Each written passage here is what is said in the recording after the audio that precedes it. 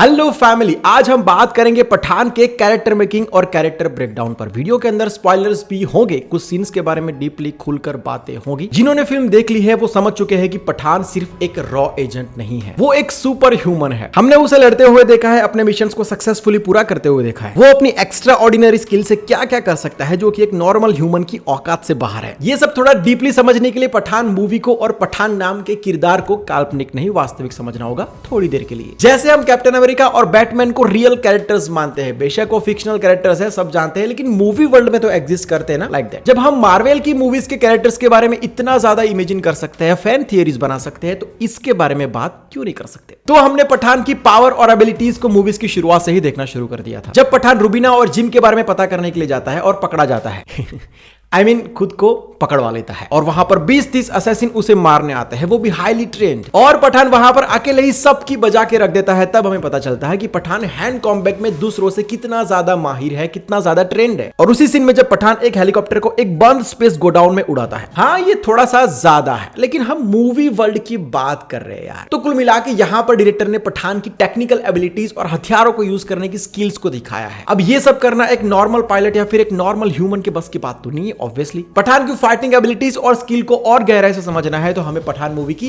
Train fighting sequence को याद करना पड़ेगा, जहां रशियन गवर्नमेंट उसे पकड़ लेती है और उसको मारने के लिए ट्रेन में एक पूरी हाईली ट्रेन असैसिन्स के झुंड को पठान के ऊपर छोड़ दिया जाता है। और जब पठान उन सबसे अकेला लड़ रहा होता है तब उसकी फाइटिंग स्टाइल्स को गौर से देखे तो वो मार्शल आर्ट्स, कुंग-फू, टाइकोंडो जैसे हर एक फाइटिंग स्टाइल को एक साथ में यूज कर रहा है, जिससे हम उसकी ट्रेनिंग का अंदाजा लगा सकते हैं कि उसकी ट्रेनिंग कितनी ज्यादा टफ रही होगी। वैसे सभी स्पाई एजेंट्स की सबसे बड़ी क्वालिटी होती है उनका थिंकिंग, जो बहुत क्लियर होता है, जो एकदम से किसी से इन्फ्लुएंस या फिर डिस्ट्रैक्ट नहीं हो जाता है। उन्हें हर बार कदम कदम पर ऐसे इंस्टेंट डिसीजंस लेने होते हैं और हर बार हालात ऐसे ही होते हैं कि एक गलत फैसला और दुश्मन की जीत पक्की। वैसे हम इंसानों के लिए भी ये आर्ट सीखना बहुत जरूरी है कि क्लियर सोचे कैसे, सही फैसला ले कैसे। एक बात मार्क करना, जितने भी सक्सेसफुल लोग हुए हैं ना, उनकी सक्सेस में उन्होंने सही टाइम पर लिए हुए सही डिसीजंस का बहुत बड़ा रोल होता है। आपको भी ये आर्ट सीखनी चाहिए जो बहुत कम लोगों को आती है। कुको एफएम के ऊपर एक बुक समरी है, the art of thinking clearly. ये बुक समरी आपको सिखाएगी कि आप अपनी जिंदगी में फैसले लेते वक्त कितने सारे फैक्टर से बायस्ड हो जाते हैं